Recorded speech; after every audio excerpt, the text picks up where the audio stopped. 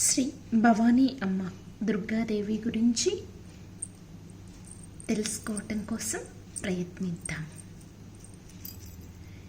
కృష్ణా నదీ తీరంలో విజయవాడలోని ఇంద్రకీలాద్రి పర్వతంపై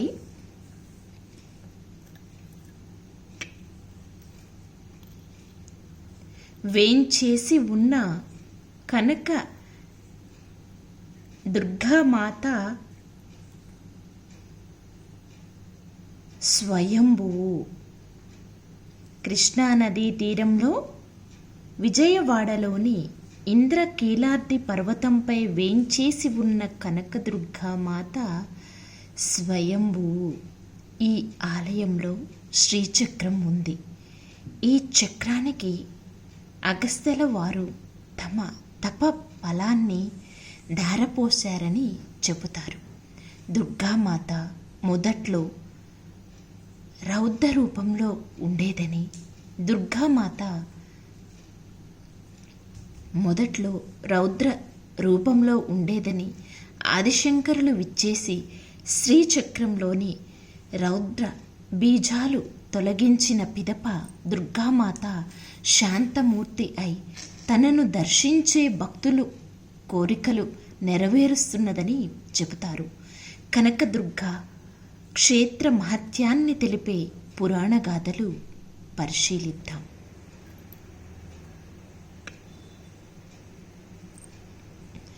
ఇంద్రకీలాద్రి కథ.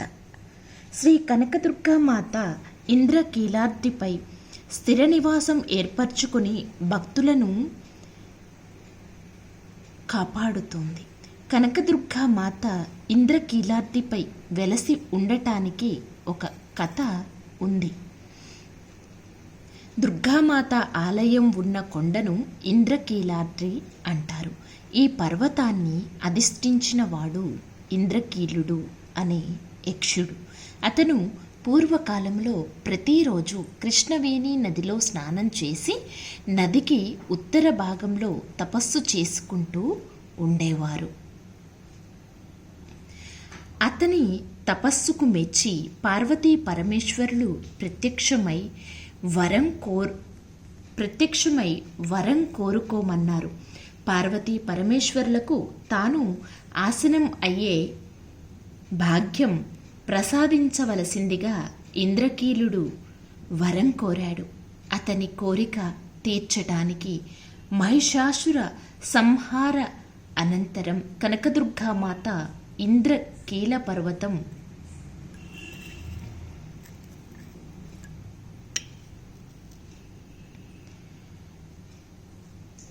కనకదుర్గామాత ఇంద్రకీల పర్వతం మీద ఆవిర్భవించింది. ఇక్కడ దుర్గా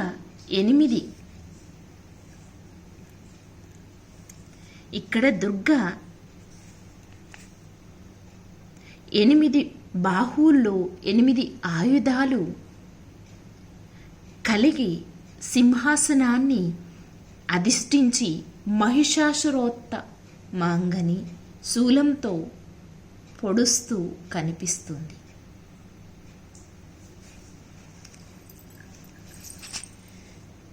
ఆరి, శంఖ, కేతు, శూల, పాస, అంకాశ, మౌర్వి, సోనకాల నేవి దుర్గాదేవి బాహువుల్లోనూ ధరించే 8 ఆయుధాలు. ఈ దేవీమూర్తికి ఎడమ భాగంలో శ్రీచక్రం స్థాపించబడి ఉంది. ఈ శ్రీచక్రానికి పక్కన గణపతి దేవతామూర్తి ఉంది. ఆలయంలో జరిగే పూజలన్నీ శ్రీచక్రానికి జరుగుతాయి. ఈ దేవీమూర్తికి గల మకర తోరణంపై నవదుర్గల విగ్రహాలు చెక్కబడి ఉన్నాయి. శ్రీశైల, బ్రహ్మచారిణి, చండ, మష్మాండ, స్కందమాత, కాత్యాయని, కాళరాత్రి, మణిగౌరి, సిద్ధి అనేవి నవదుర్గల పేర్లు. మహిషాసుర సంహారం.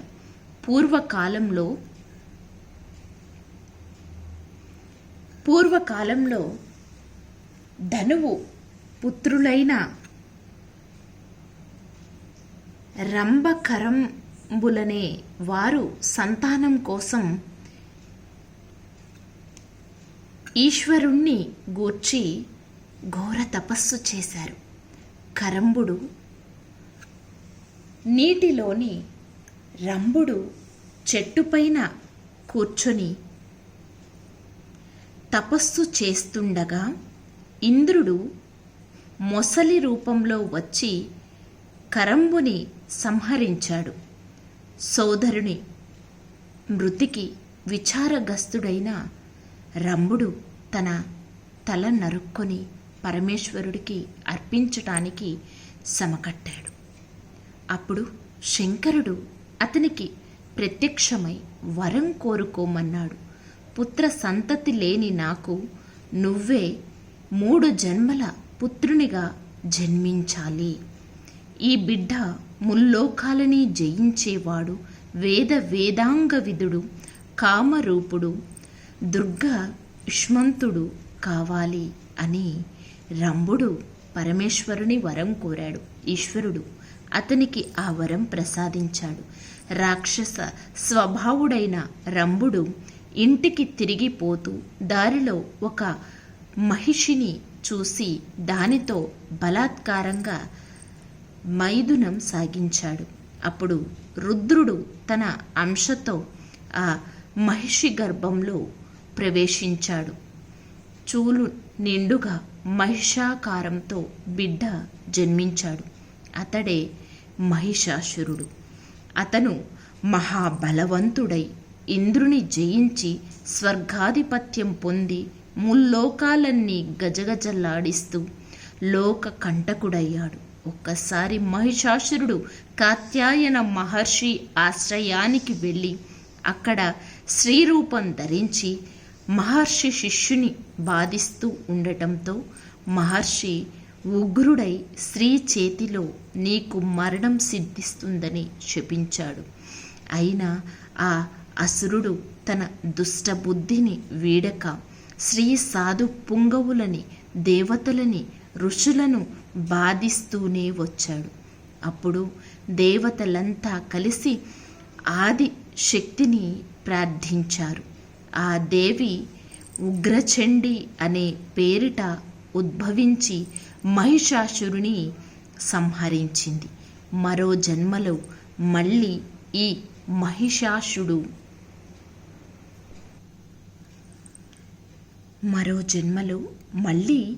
ఆ మహిషుడు రంభుడి పుత్రునిగా పుట్టి తన దానవ నైజంతో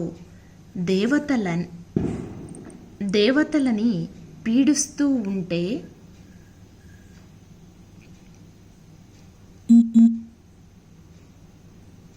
ఆ దేవతల ప్రార్థనపై ఆదిశక్తి భద్రకాళి రూపంలో అవతరించి మహిషుని ముట్టుపెట్టింది. 3వ జన్మలో ఆ మహిషుడు ఘోర తపస్సు చేసి బ్రహ్మ వస్వరాలు పొంది ఇష్టానువర్తిగా వ్యవహరిస్తూ లోకపీడితుడయ్యాడు. ఆ మహిషునికి ఒకరోజు మహాకాళి తనని ఉరిసి పట్టి తల నరికి రక్తపానం చేస్తున్నట్లు భయంకరమైన కల వచ్చింది. అందుకే కంపితుడై మహిషుడు భద్రకాళిని గూర్చి ఘోర తపస్సు చేశాడు. అప్పుడు దేవి ప్రత్యక్షమయ్యింది.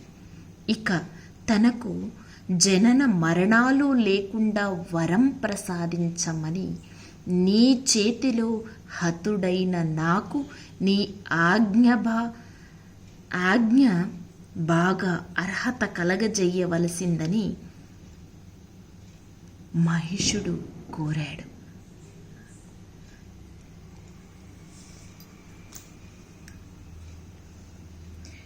మహిష,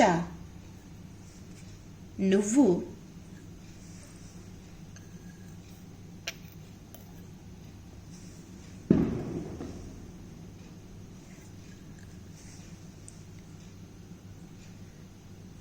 రుద్రాంశ సంభవు.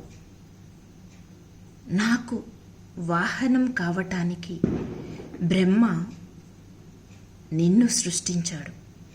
ఇక నువ్వు నా వాహనంగా ఉండి నేను నిలిచిన చోట పాదాక్రాంత శరీరుడవై నా సన్నిధిని నిలిచి ఉంటాను అని దేవి పలికింది.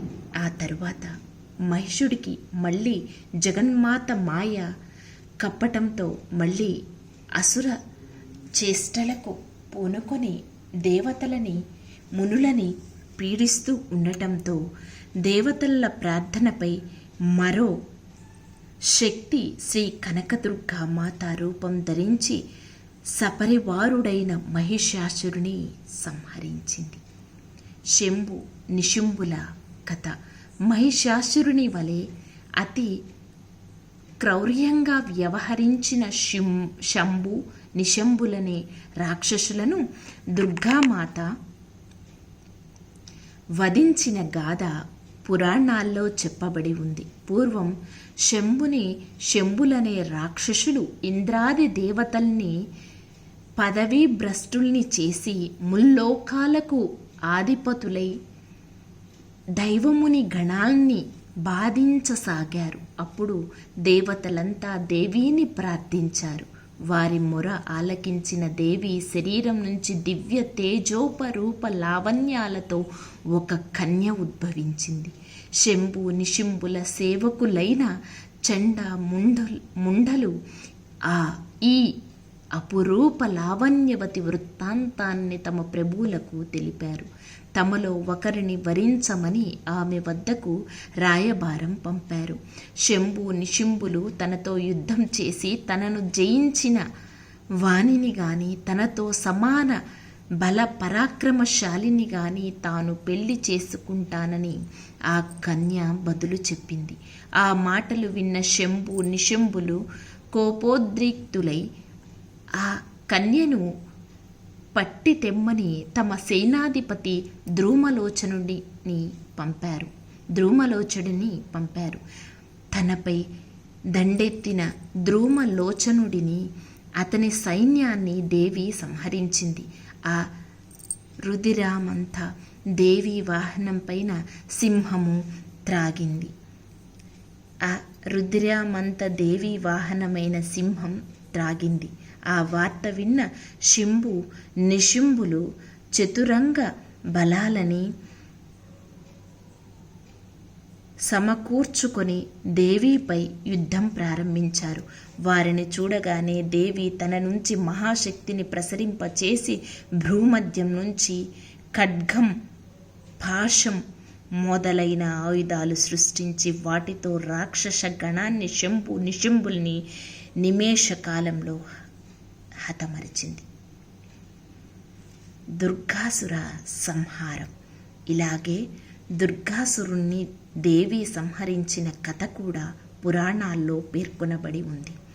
పూర్వము దుర్గాసురుడనే రాక్షసుడు బ్రహ్మను గూర్చి ఘోర తపస్సు చేసి అనేక వరాలు పొందాడు.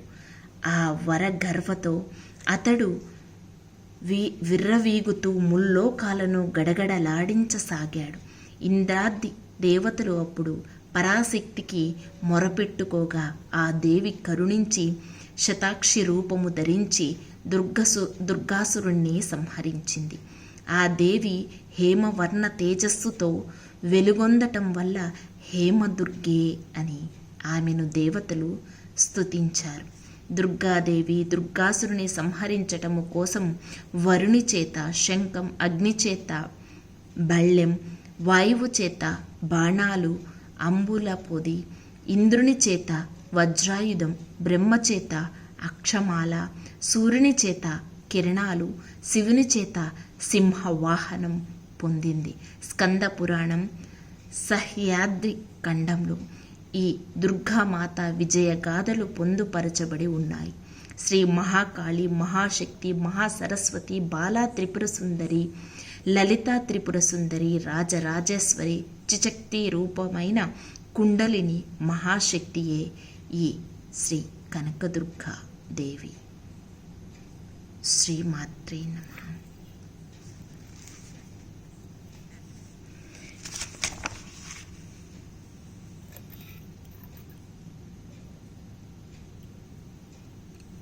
శ్రీ శక్తి మహాకాళి మహేశ్వరి,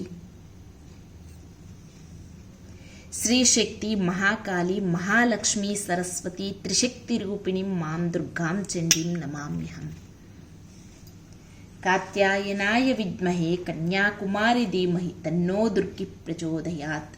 సర్వమంగళమాంగళ్యే శివే సర్వార్థసాధికే శరణ్యేర్త్రంబకే దేవి నారాయణీ నమోస్తుతే. ఓం శ్రీ దుర్గాదేవ్యే నమః. మంత్రహీనం క్రియాహీనం భక్తహీనం పరమేశ్వరి యత్ పూజితాం మాయాదేవి పరిపూర్ణం తదాస్తుతే. సర్వస్వరూపే సర్వేషి సర్వశక్తి స్వరూపిణి పూజ గ్రహణ కౌమారి జగన్మాత నమోస్తుతే. ఓం శ్రీ దుర్గాదేవ్యే నమః.